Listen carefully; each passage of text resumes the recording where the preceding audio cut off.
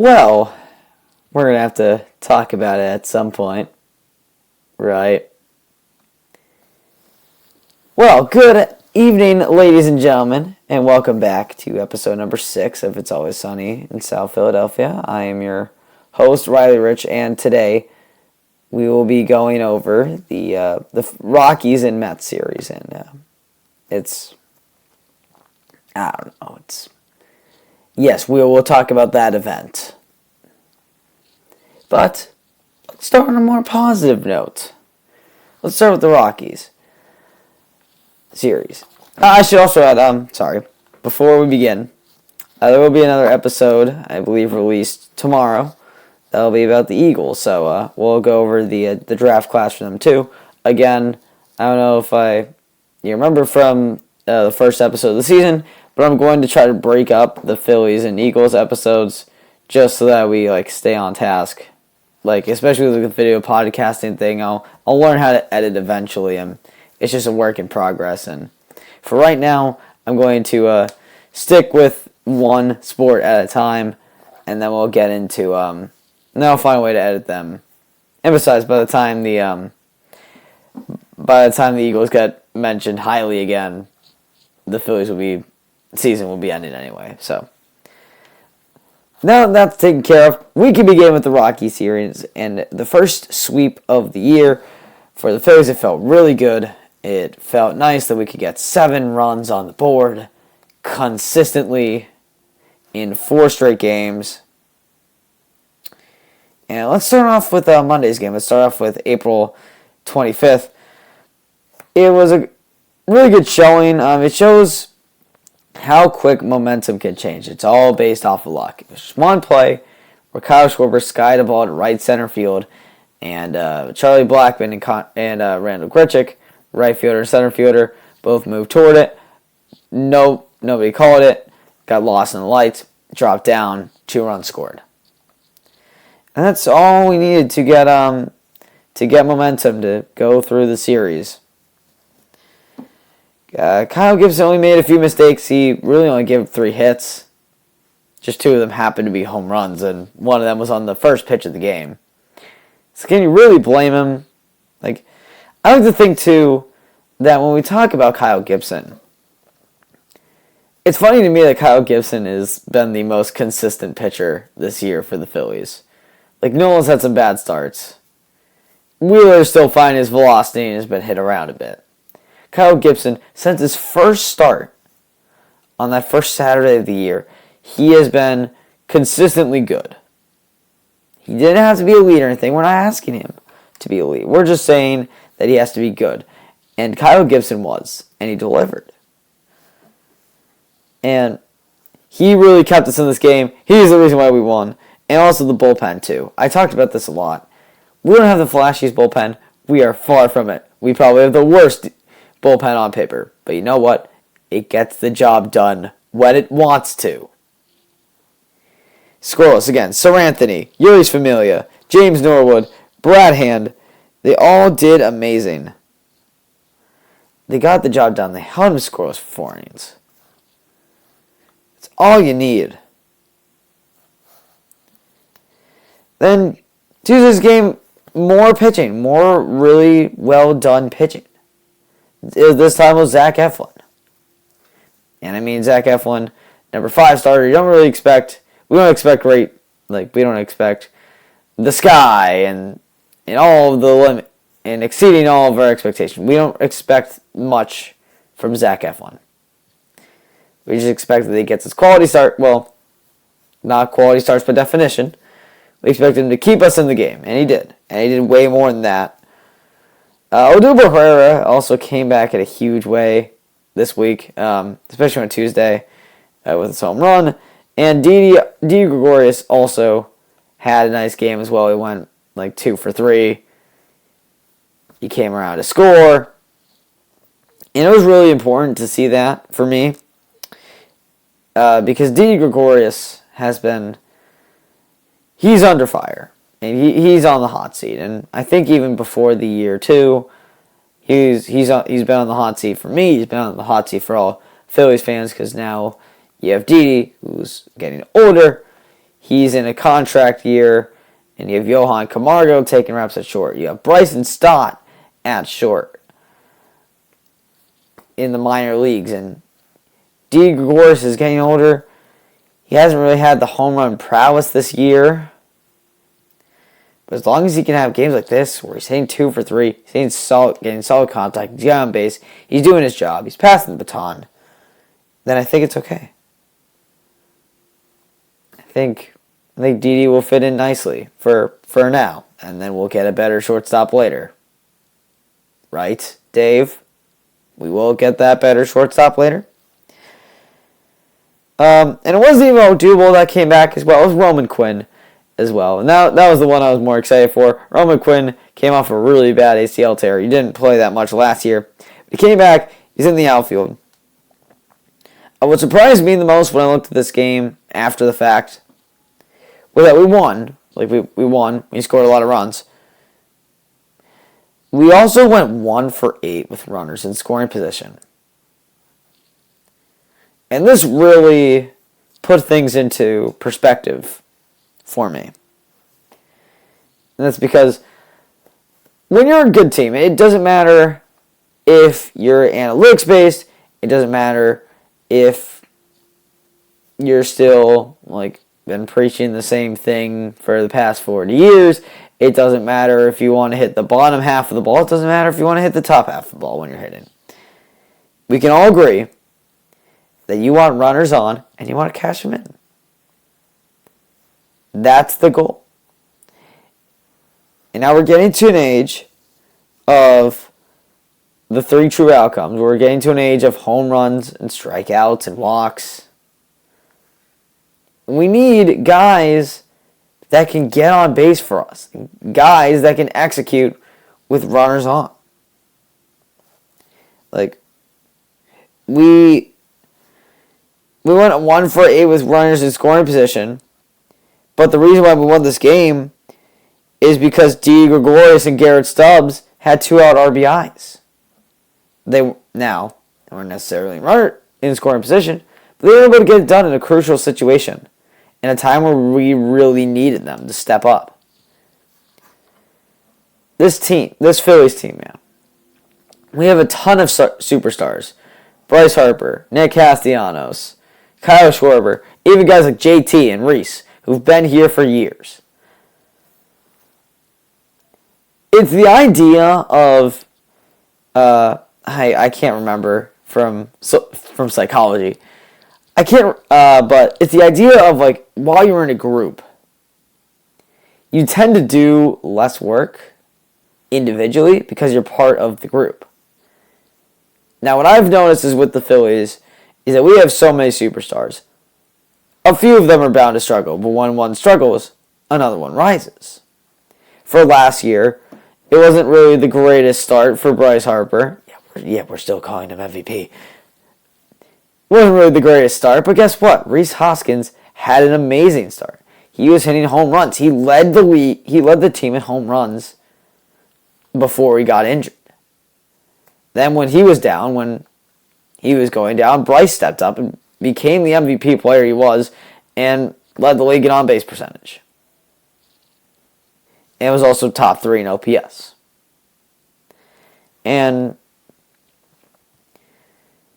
we really need to find 1 or 2 guys that can step up for this team consistently. We need guys like Bowman Stubbs to come in with two outs and get the RBIs, get the jobs done. What I've realized is when we've had 2-out RBIs, most of the time we've won the game. Most of the time we've won when we have the 2-out RBIs.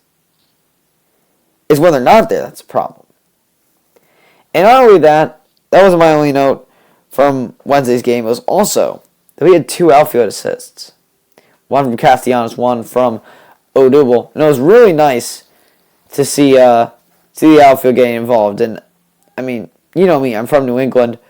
I'm used to hearing Red Sox media. The one thing that I realized about the Red Sox postseason run was they had a ton of outfield assists from guys like Hunter Renfroe and Kike Hernandez. They had guys in the outfield with 70 great arms, if we're going to use the 20-80 scale, I mean, that might be a bit exaggerated, but you get the point.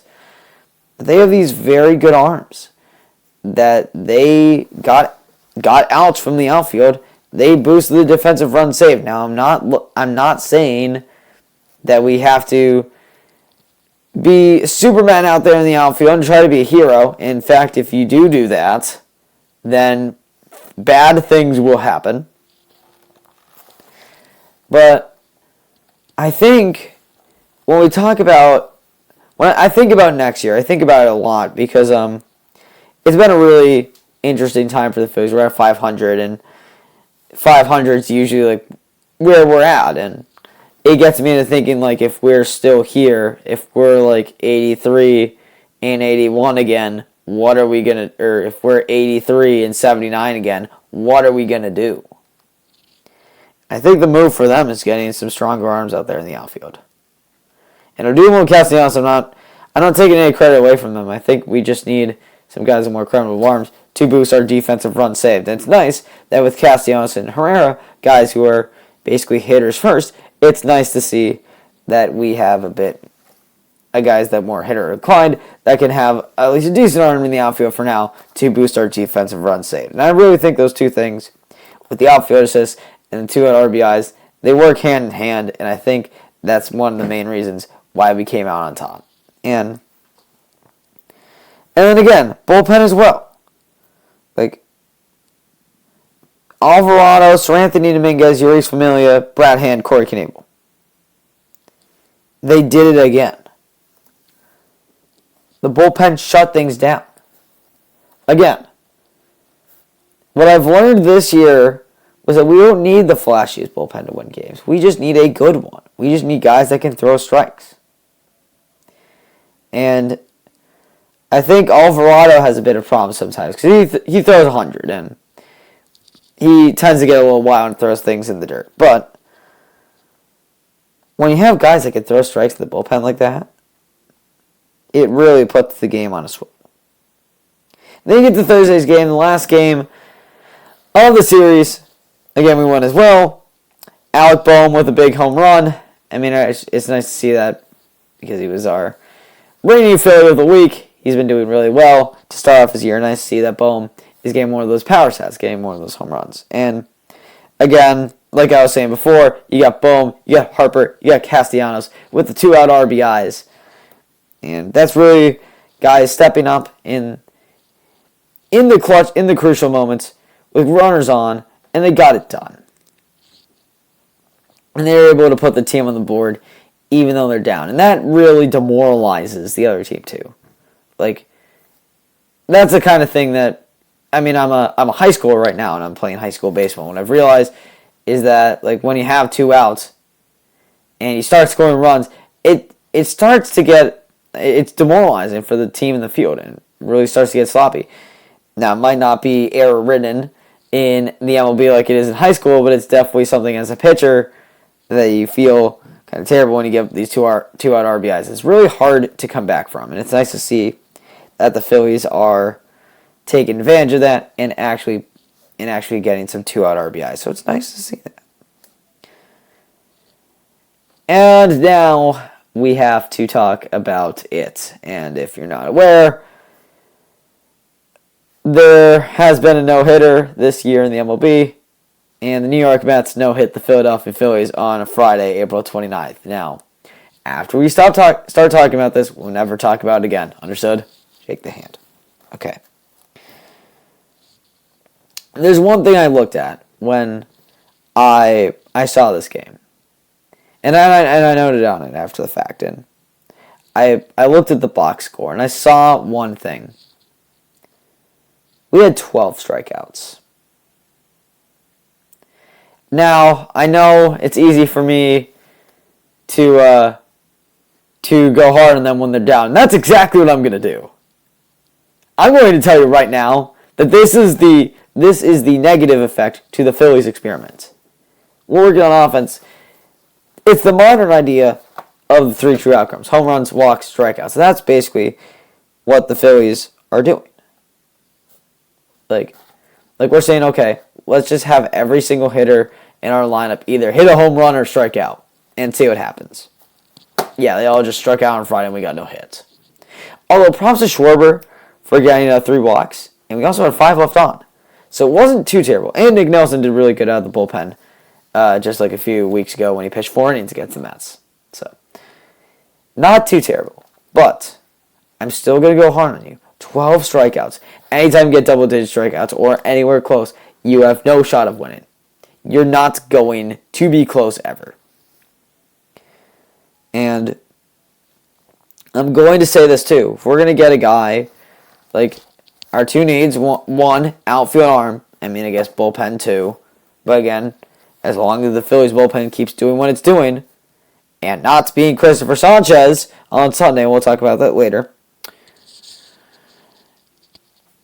As long as the Phillies bullpen just keeps shutting things down, that's not really a need. It's showing me it's not really a need. But the things that I would like are guys that in the outfield like have defense and have arms, number 1, and number 2. This is more important than anything. I think we go contact hitter. It's weird to think about.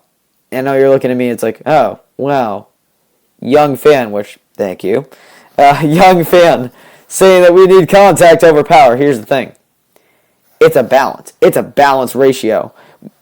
Yes, having that home run strikeout guy that can hit home runs is great. Having Kyle Schwarber is great. You need someone like Gene Segura to complement that. We cannot have just one guy like Gene Segura to be that. I've looked at Bryson Stott. I've seen Bryson Stott's game. I've seen him play in the fall league, and I've seen that he gets multiple walks a game. Like there's 3 or 4 walks that I just complimented Schwarber for before. He did that like multiple times in the fall league, and that's why I'm very excited for him. If that translates to the major league level and he keeps doing that, that's another good contact hitter to have to balance out that Phillies offense. And then maybe it's not as big of a concern. But right now, we need some contact hitters so we don't get no hit again, so that we don't strike out double-digit times. And, yes, it's disappointing when you get no hit. Even if we had 2 runs and still lost, seeing 12 strikeouts on the box score is an instant red flag. It's not something appealing to look at, especially when you're watching the game. It is not something to look at. It's not something good to look at. We need some contact hitters immediately, which also would be great if Didi could be one, like he was on Wednesday. Saturday, we got another Kyle Gibson start, thank God, and he did great again. Then you have Alvarado, Norwood, Sir Anthony, Yuri's Familia, Corey Knebel, shutting it down. 2 hits combined. Phillies bullpen. They're good when they want to be. Phillies bullpen. Tagline.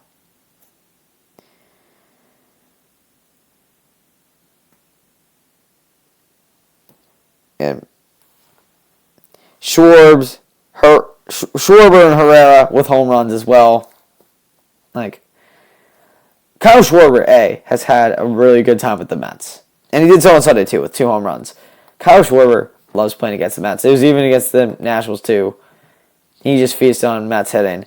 I'm sure Schwarber's like the only one in the Phillies lineup that's like, yay, we're playing the Mets! And all of his fans are like, no!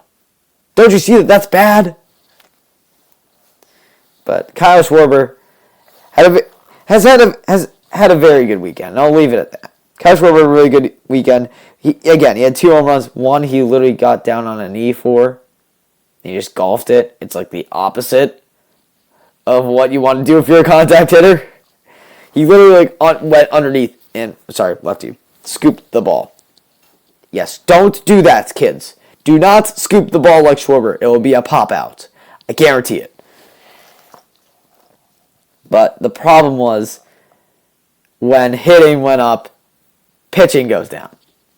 And we had Eflin on the mound for Sunday, and we also faced Max Scherzer, which I'm not going to complain about opposing pitching. I'm going to complain about ours because it's way easier. And Zach Eflin and Christopher Sanchez got eaten alive. And Sanchez is a lefty, and we kind of left him out to dry. And then we sent down 2 guys from, I don't think we sent down Sanchez. Or we might have, but we sent him to AAA. But yeah, it's just tough. It's tough being in that spot, and I know we're expecting the world out of our long relievers that have no experience, but it's the truth. If you want to be a playoff team, you got to have guys like that can come through in a consistent basis. But again, we were kept in this game because Johan Camargo and Kyle Schwarber were the guys that stepped up with multiple 2-out RBIs. And that's why we stayed close in this game. It's 10-6. We didn't really give up control. But, what are you going to do? Max Scherzer is one of the best pitchers in the league. I'll give you that. But, again, I like some contact, please. Maybe not some solo home runs. And now it's time to get to Philly of the Week. Obviously, Odubel was a really good choice. But this is a podcast where we like our character and our players. So, sorry. I'm so sorry. But Odubel Herrera, for his actions, will not be receiving the Philly of the Week at any point. Yes, we're doing this out of protest. So, with 2 strong starts this week, I believe, and I know there's a few home runs, but that happens to everybody. I believe, because he was so close in the first week as well, I believe that this week's Philly of the Week will give it to the very consistent Kyle Gibson. So, Kyle, Gibby, this is yours. Thank you for being very consistent, and you are our Philly of the Week. So, yay. And now we go to minor leagues, and minor leagues are split. It's kind of it's top heavy. I'll leave it at that. Let's start with AAA. AAA was on the road against Scranton Wilkes-Barre, the Yankees affiliate, and usually they have a little bit of trouble there. Usually the Yankees have like half of their players are like major league vets who haven't really found a spot. This year, that's Worcester. That's the Red Sox affiliate, so that's funny. But I was very surprised. They were able to pull through. They had a winning week. They went 4-2. Mark Appel had a very strong week. He went to the top of the whip leaderboard. Dylan Maples is still firing. Please send this man up to the major leagues at some point. Please, for the love of God. Once Norwood and Bellotti eventually fall, please send up Dylan Maples. But the real star is Derek Hall. He had 4 home runs this week. Again, another very close call for Philly of the Week. But Derek Hall, definitely an amazing week. AA, they played at New Hampshire, and they went 4-2. And yes, you heard New Hampshire, so guess what you guys are going to get? You're going to get a fan's perspective. Yeah, so I happened to go to see the team play on Saturday. Much better than the AAA team. I find that for minor league baseball, especially the Phillies team, you're either winning by 5 or losing by 5. You're either being blown out or blowing out other teams. And today and on Saturday, Reading blew out New Hampshire. Props to O'Hoppe. He had a home run and a really nice throw to gun a guy down at second. Eric Miller was on the mound for that game too. He pitched 2 really strong innings. He topped out at 98. It's very good for a top prospect. Vito Frischia, of course, being the player that he is, having the only one with 1,000 OPS in AA, and that's really good as well. And I actually, and just like I got AAA here, here you go. I got Eric Miller and O'Hoppe, among others. So, yay. Back in the back. Sorry. In the backdrop you go for now on. And again, theme of the week, when things are good, others go down. Someone has to struggle. It was Jersey Shore. Jersey Shore went 0-5 at Aberdeen. They had a game suspended on Sunday, and I believe they were losing that one too. But 2 pitchers I found did really well. Shot up on the whip leaderboards. Haven't really noticed them all year until now. Jordani Mesquita, J.H. Jordani. And we actually have a call-up that I didn't even realize. We had a call-up at a pitcher. His name is Aiden Anderson. And he did really well in his first few starts with Class A Jersey Shore. And of course, they lost. But yeah, props to Aiden Anderson for getting the call-up. We're very proud. And I'll have some call-up sound effects soon. And we get to Clearwater. Guys, guess what? It rains a lot in Florida. I know, crazy, right? But they went officially. They went 2-1-1. It was terrible on Friday, terrible on Saturday. They got rained out on Friday. I think they pushed their game to a doubleheader, and that whole series got rained out. And then Sunday got suspended too. So suspended, they're not making it up, and it was 4-4. So that's where your tie comes in. But a very strong week. Marcus Lee Sang shot up on the OPS leaderboard. He is now leading all players with OPS, and Gabriel Cato did really well as well. So, with that being said, that's going to do it for this episode of It's Always Sunny in Philadelphia. The Phillies now have the Rangers, and if you like that Mets series, guess what? We're getting them 4 times. I mean, at home, but seriously though, it's the Mets. We're going to struggle again. I do feel like I think I mentioned this at the beginning, but keep your eyes out tomorrow for an Eagles podcast. We'll go over the draft reaction. That'll be it for the Eagles for a very long time. But, yeah, hopefully we do well against the Rangers. I was going to live stream this, but I ran out of time. Sorry, guys. But thank you all for joining me. Remember, even though we get no hits, even though we have a ton of power hitters that half of the time strike out, keep your heads up. It's always sunny in South Philadelphia. Take care, everyone.